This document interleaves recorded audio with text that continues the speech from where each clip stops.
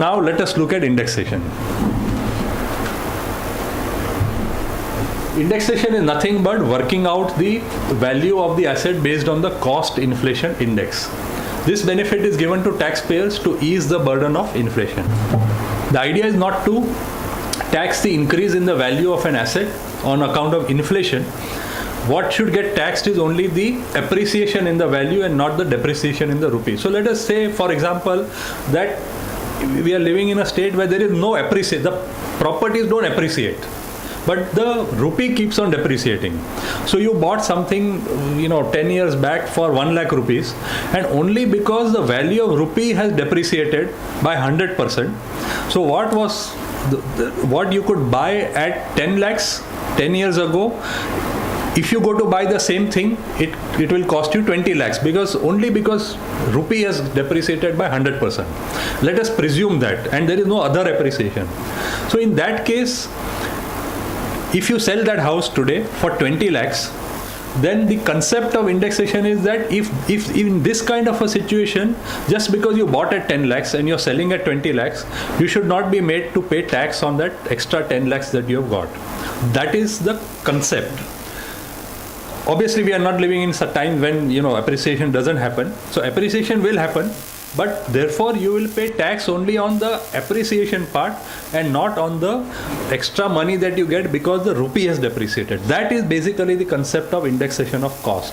So it allows you, the Income Tax Act allows you to index your cost based on the cost inflation index, so that what you spent several years back is today brought to at par to today's inflationary value of that rupee, and that becomes your cost. So that is the concept of indexation of cost. So how do you calculate cost of indexation? Indexed cost of acquisition is computed with the help of this formula, very simple. Whatever is your original cost multiplied by the cost inflation index for the year in which you are selling. That is, suppose you are selling today, then you find out what is the index for current year, put that as a numerator, and divided by the cost inflation index for the year in which you acquired the property. And similarly, index cost of improvement is same way. Whatever is the cost of improvement multiplied by the cost inflation index or CII for the year in which you sell, and divided by the cost inflation index for the year in which the cost of improvement is incurred. So this is the way you calculate the cost inflation index. Obviously, this is not readable, but just to tell you what it is, 1981-82, the index was 100. So that year is taken as a cutoff year. I told you about 1481. So that is the cutoff year. That is the base year.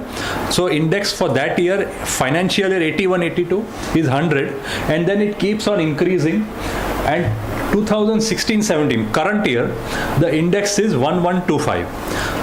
So you can see how the rupee has depreciated even as per this particular index. According to me, it is much more, but this is what the government has notified.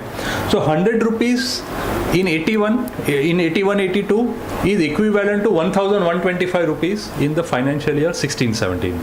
Last year 15-16 it was 1,081.